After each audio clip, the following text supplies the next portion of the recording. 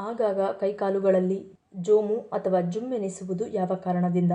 Options: A. ರಕ್ತಹೀನತೆ, B. ನಿರ್ಜಲೀಕರಣ, C. Calcium ಕೊರತೆ, D. ಆಯಾಸ.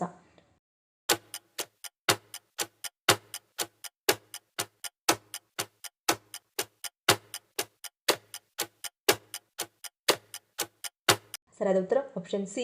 ಕ್ಯಾಲ್ಸಿಯಂ ಕೊರತೆ. ನರಗಳ ಕಾರ್ಯಚಟುವಟಿಕೆಗೆ ಕ್ಯಾಲ್ಸಿಯಂ ನಿರ್ಣಾಯಕವಾಗಿದೆ ಮತ್ತು ಕಡಿಮೆ ಕ್ಯಾಲ್ಸಿಯಂ ಮಟ್ಟಗಳು ಜುಮ್ಮೆನಿಸುವಿಕೆ, ಸಂವೇದನೆಗಳು ಅಥವಾ ಮರಗಟ್ಟುವಿಕೆಗೆ ಕಾರಣವಾಗಬಹುದು. ವಿಶೇಷವಾಗಿ ಬೆರಳುಗಳು ಮತ್ತು ಕಾಲ್ಬೆರಳುಗಳಲ್ಲಿ ಅಡ್ಡಿಪಡಿಸಿದ ನರ ಸಂಕೇತಗಳ ಪರಿಣಾಮವಾಗಿ ಇದು ಸಂಭವಿಸುತ್ತದೆ. ಎರಡನೇ ಪ್ರಶ್ನೆ: ಯಾವ ಸಮಸ್ಯೆ ಇರುವವರು ಬದನೆಕಾಯಿಯನ್ನು ಸೇವಿಸಬಾರದು? Options: A. ಹೃದಯ, B. Ulcer, C. Kidney stone, D. ರಕ್ತಹೀನತೆ.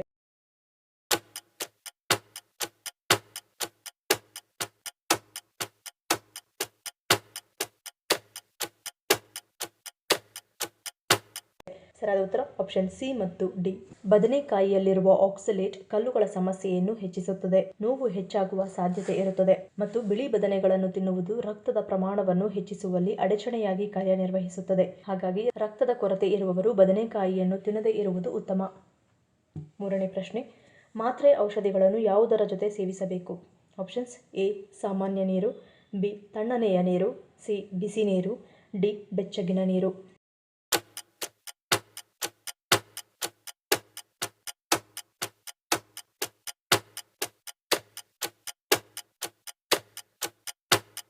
ಸರಿಯಾದ ಉತ್ತರ ಆಪ್ಷನ್ ಡಿ. ಬೆಚ್ಚಗಿನ ನೀರು. ವೈದ್ಯರ ಪ್ರಕಾರ ಮಾತ್ರೆಗಳನ್ನು ನುಂಗಲು ಬೆಚ್ಚಗಿನ ನೀರು ಒಳ್ಳೆಯದು. ನೀರಿನ ತಾಪಮಾನವು ಗಂಟಲನ್ನು ಶಮನಗೊಳಿಸುತ್ತದೆ ಮತ್ತು ಕರಗುವ ಪ್ರಕ್ರಿಯೆಯನ್ನು ವೇಗಗೊಳಿಸುತ್ತದೆ. ವಾಸ್ತವವಾಗಿ ಗಂಟಲಿನ ಸೋಂಕು ಮತ್ತು ಶೀತ ಔಷಧಿಗಳು ನೀರಿನ ತಾಪಮಾನಕ್ಕೆ ಪ್ರತಿಕೂಲವಾಗಿ ಪ್ರತಿಕ್ರಿಯಿಸುವುದಿಲ್ಲ. ಮಾತ್ರೆಗಳನ್ನು ನುಂಗುವ ಸರಿಯಾದ ತಂತ್ರವೆಂದರೆ ಔಷಧಿಯನ್ನು ತೆಗೆದುಕೊಳ್ಳುವ ಮೊದಲು ಕೆಲವು ಸಿಪ್ಸ್ ನೀರನ್ನು ಕುಡಿಯುವುದು. ಇದರಿಂದ ನಿಮ್ಮ ಗಂಟಲು ತುಂಬಾ ಒಣಗುವುದಿಲ್ಲ ಮತ್ತು ಮಾತ್ರೆಗಳನ್ನು ಸುಲಭವಾಗಿ ನುಂಗಬಹುದು. ಮತ್ತು ಮಾತ್ರೆಗಳನ್ನು ತೆಗೆದುಕೊಳ್ಳಲು ಬಿಸಿ ನೀರನ್ನು ಬಳಸಬಾರದು, ಏಕೆಂದರೆ ಇದು ಕ್ಯಾಪ್ಸೂಲ್ಗಳ ಲೇಪನವನ್ನು ಬಾಯಿಯಲ್ಲಿಯೇ ಅಥವಾ ಆರಂಭಿಕ ಹಂತದಲ್ಲಿಯೇ ಕರಗಿಸಲು ಕಾರಣವಾಗುತ್ತದೆ. ನಾಲ್ಕನೇ ಪ್ರಶ್ನೆ: ಪ್ರಪಂಚದ ಅತ್ಯಂತ ವಿಷಕಾರಿ ಮೀನು ಯಾವುದು? Options: A. ತಿಮಿಂಗಲ, B. Shark, C. Puffer, D. Sword.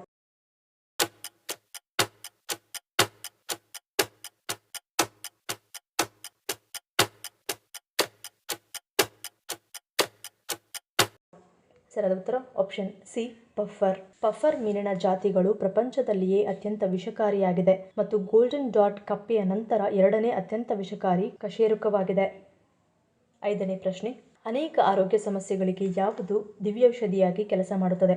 Options: A. ತುಳಸಿ, ಬಿ. ಶತಾವರಿ, ಸಿ. ಪಪ್ಪಾಯಿ ಎಲೆ, ಡಿ. ಅಮೃತಬಳ್ಳಿ.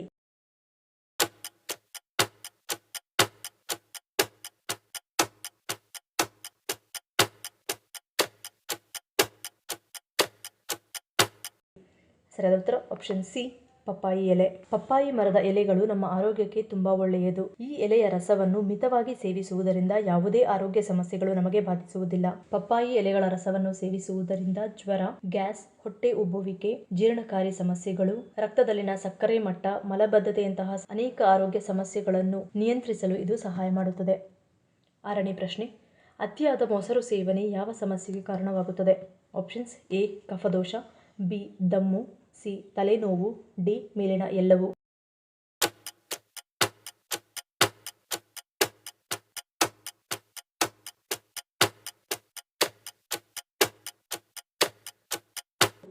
ಸರಿಯಾದ ಉತ್ತರ ಆಪ್ಷನ್ ಡಿ. ಮೇಲಿನ ಎಲ್ಲವೂ. ಆಯುರ್ವೇದದ ಪ್ರಕಾರ ಮೊಸರು ಉಷ್ಣ, ಅದರೊಂದಿಗೆ ಆಮ್ಲ ರಸ ಅಂದರೆ ಹುಳಿ ರಸ ಸೇರಿ ದೇಹದಲ್ಲಿ ಪಿತ್ತ ದೋಷ ವೃದ್ಧಿಯಾಗುತ್ತದೆ. ಈ ಪಿತ್ತವು ನಮ್ಮಲ್ಲಿ ದಾಹ, ಬಾಯಾರಿಕೆ, ಹುಳಿ ತೇಗು, ಎದೆಉರಿ, ಅಜೀರ್ಣ ಮುಂತಾದ ತೊಂದರೆಗಳನ್ನು ಉಂಟುಮಾಡುತ್ತದೆ. ಈ ಗುಣಗಳಿಂದ ಮೊಸರು ಕಫದೋಷವನ್ನು ಸಹ ಹೆಚ್ಚಿಸುತ್ತದೆ. ಈ ಕಫದೋಷವು ತಲೆನೋವು, ತಲೆಭಾರ, ದಮ್ಮು, ಗಂಟಲು ನೋವು ಮುಂತಾದ ಸಮಸ್ಯೆಗಳನ್ನು ಉಂಟುಮಾಡಬಹುದು. ಏಳನೇ ಪ್ರಶ್ನೆ: ರಾಮಲಲ್ಲಾ ಸಿಂಹಾಸನವನ್ನು ಯಾವ ವಸ್ತುವಿನಿಂದ ಮಾಡಲಾಗಿದೆ? Options: A. ಅಮೃತಶಿಲೆ, ಬಿ. ಸಾಲಿಗ್ರಾಮ, ಸಿ. Basalt, D. ಅಗ್ನಿಶಿಲೆ.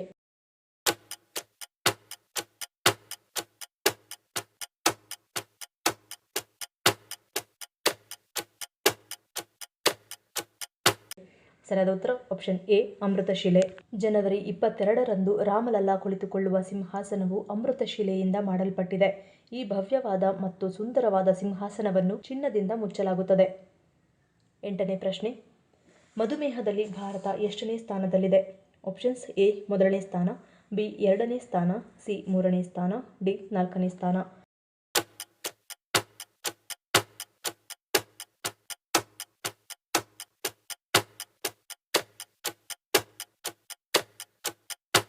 ಸರಿಯಾದ ಉತ್ತರ ಆಪ್ಷನ್ ಬಿ ಎರಡನೇ ಸ್ಥಾನ. ಭಾರತವು 100 ಮಿಲಿಯನ್ಗಿಂತಲೂ ಹೆಚ್ಚು ಮಧುಮೇಹಿಗಳು ಮತ್ತು 136 ಮಿಲಿಯನ್ ಪೂರ್ವ ಮಧುಮೇಹಿಗಳನ್ನು ಹೊಂದಿದೆ ಎಂದು ಹೊಸ ICMR ಅಧ್ಯಯನವು ಹೇಳುತ್ತದೆ. ಪಟ್ಟಿಯಲ್ಲಿ ಗೋವಾ ಅಗ್ರಸ್ಥಾನದಲ್ಲಿದೆ. 9ನೇ ಪ್ರಶ್ನೆ. ಭಾರತ ದೇಶದ ಮೊದಲ ಶಿಕ್ಷಕಿ ಯಾರು? Options: A Sarojini Naidu, B Anandi Gopal, C Sucheta Kripalani, D Savitribai ಫೂಲೆ.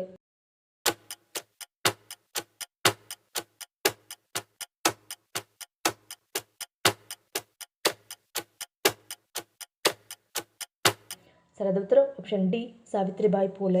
ಹೆಣ್ಣು ಮಕ್ಕಳಿಗೆ ವಿದ್ಯೆಯನ್ನು ನಿರಾಕರಿಸಿದ ಸಮಾಜಕ್ಕೆ ಎದುರಾಗಿ ನೋವು ಅಪಮಾನಗಳನ್ನು ಮೆಟ್ಟಿ ನಿಂತು ಎಲ್ಲಾ ವರ್ಗದ ಹೆಣ್ಣು ಮಕ್ಕಳಿಗೆ ಶಾಲೆ ಪ್ರಾರಂಭಿಸಿ ಅಕ್ಷರ ಕಲಿಸಿದ ದಿಟ್ಟ ಮಹಿಳೆ ಮತ್ತು ದೇಶದ ಮೊದಲ ಶಿಕ್ಷಕಿ ಸಾವಿತ್ರಿಬಾಯಿ ಫೂಲೆಯವರು. 10ನೇ ಪ್ರಶ್ನೆ. ದಾಳಿಂಬೆ ಜ್ಯೂಸ್ ಸೇವಿಸುವುದರಿಂದ ದೇಹದ ಯಾವ ಅಂಗಕ್ಕೆ ತುಂಬ ಒಳ್ಳೆಯದು? ಆಪ್ಷನ್ಸ್: ಎ ಮೆದುಳು, ಬಿ ಕಣ್ಣು, ಸಿ ಹೃದಯ, ಡಿ ಯಕೃತ್.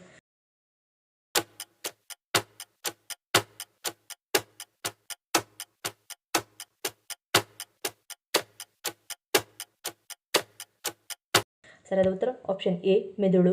ದಾಳಿಂಬೆ ಹಣ್ಣು ತಿನ್ನುವುದರಿಂದ ಅನೇಕ ರೋಗಗಳನ್ನು ತಡೆಯಬಹುದು. ಈ ಹಣ್ಣು ರುಚಿಯಷ್ಟೇ ಅಲ್ಲ, ನೆನಪಿನ ಶಕ್ತಿ ಹೆಚ್ಚಳ, ಉತ್ತಮ ನಿದ್ರೆ, ಕಾಮಾಸಕ್ತಿ ಹೆಚ್ಚಳ, ಮಧುಮೇಹ, ರಕ್ತದೊತ್ತಡವನ್ನು ಸುಧಾರಿಸಲು ನೆರವಾಗುತ್ತದೆ. ವಿವಿಧ ರೀತಿಯ ರೋಗ ನಿರೋಧಕ ಶಕ್ತಿ ದಾಳಿಂಬೆ ಹಣ್ಣಿನಲ್ಲಿದೆ. ಮೆದುಳಿನ ಆರೋಗ್ಯವನ್ನು ಕಾಪಾಡುವಲ್ಲಿ ತುಂಬಾ ಉಪಯುಕ್ತವಾಗಿದ್ದು ಉರಿಯೂತವನ್ನು ಕಡಿಮೆ ಮಾಡುತ್ತದೆ. ಈ ಹಣ್ಣಿನಲ್ಲಿ ಮೆಗ್ನೀಷಿಯಂ ಹೆಚ್ಚಿನ ಪ್ರಮಾಣದಲ್ಲಿರುವುದರಿಂದ ನಿದ್ರೆಯನ್ನು ಹೆಚ್ಚಿಸುತ್ತದೆ, ಸ್ನಾಯುಗಳ ವಿಶ್ರಾಂತಿ ಮತ್ತು ನರಮಂಡಲವನ್ನು ಶಾಂತಗೊಳಿಸಲು ಸಹಾಯ ಮಾಡುತ್ತದೆ.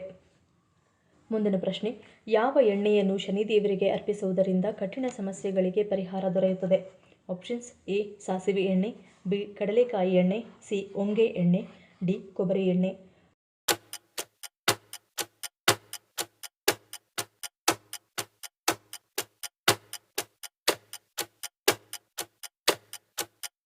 ಸರಿಯಾದ ಉತ್ತರ ಆಪ್ಷನ್ ಎ ಸಾಸಿವೆ ಎಣ್ಣೆ.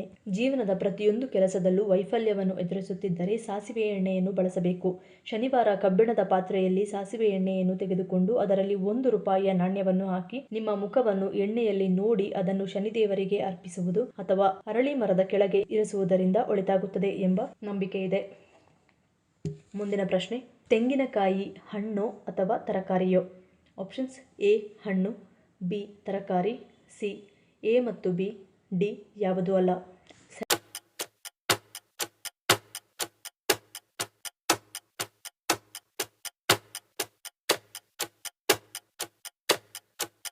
ಸರಿಯಾದ ಉತ್ತರ ಆಪ್ಷನ್ ಎ ಹಣ್ಣು. ತೆಂಗಿನಕಾಯಿ ಹಣ್ಣು ಎಂದು ಹೇಳಿದರೆ ಆಶ್ಚರ್ಯವಾಗಬಹುದು, ಆದರೆ ಹೆಸರಿನಲ್ಲಿ ಕಾಯಿ ಎಂಬ ಪದವನ್ನು ಹೊಂದಿದ್ದರೂ ಸಹ ತೆಂಗಿನಕಾಯಿ ಒಂದು ಹಣ್ಣು ಹೊರತು ಕಾಯಿ ಅಥವಾ ತರಕಾರಿಯಲ್ಲ.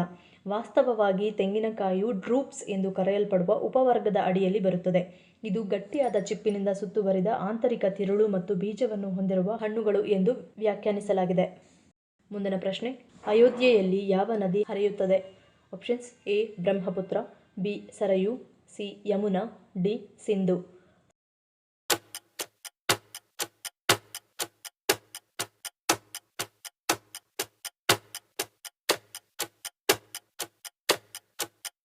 ಸರಿಯಾದ ಉತ್ತರ ಆಪ್ಷನ್ ಬಿ ಸರಯೂ. ಅಯೋಧ್ಯೆಯಲ್ಲಿ ಹರಿಯುವ ನದಿ ಸರಯೂ. ಸರಯೂ ನದಿಯು ಮಾನಸ ಸರೋವರದಿಂದ ಹುಟ್ಟುತ್ತದೆ. ಇದನ್ನು ಬ್ರಹ್ಮಸರ್ ಎಂದು ಕೂಡ ಕರೆಯುತ್ತಾರೆ. ಈ ಪ್ರಶ್ನೆಗಳಲ್ಲಿ ನೀವು ಎಷ್ಟು ಪ್ರಶ್ನೆಗಳಿಗೆ ಸರಿ ಉತ್ತರವನ್ನು ಕೊಟ್ಟರೆ ಅನ್ನೋದನ್ನು ಕಮೆಂಟ್ ಮಾಡಿ ತಿಳಿಸಿ. ಈ ವಿಡಿಯೋ ನಿಮಗೆ ಇಷ್ಟ ಆಗಿದ್ರೆ ಮರೀದೇ ಲೈಕ್ ಮಾಡಿ, ಶೇರ್ ಮಾಡಿ, ಸಬ್ಸ್ಕ್ರೈಬ್ ಮಾಡಿ. ನನ್ನ ಚಾನಲ್ನ ಇನ್ನೂ ಸಬ್ಸ್ಕ್ರೈಬ್ ಮಾಡಿದೆ ಹಾಗೆ ವಿಡಿಯೋಸ್ ನೋಡ್ತಿದ್ರೆ ಪ್ಲೀಸ್ ಸಬ್ಸ್ಕ್ರೈಬ್ ಮಾಡಿ, ಸಪೋರ್ಟ್ ಮಾಡಿ. ಮತ್ತೊಂದು ಇಂಟ್ರೆಸ್ಟಿಂಗ್ ವಿಡಿಯೋದೊಂದಿಗೆ ಸಿಗ್ತೀನಿ. Until love you all, take care.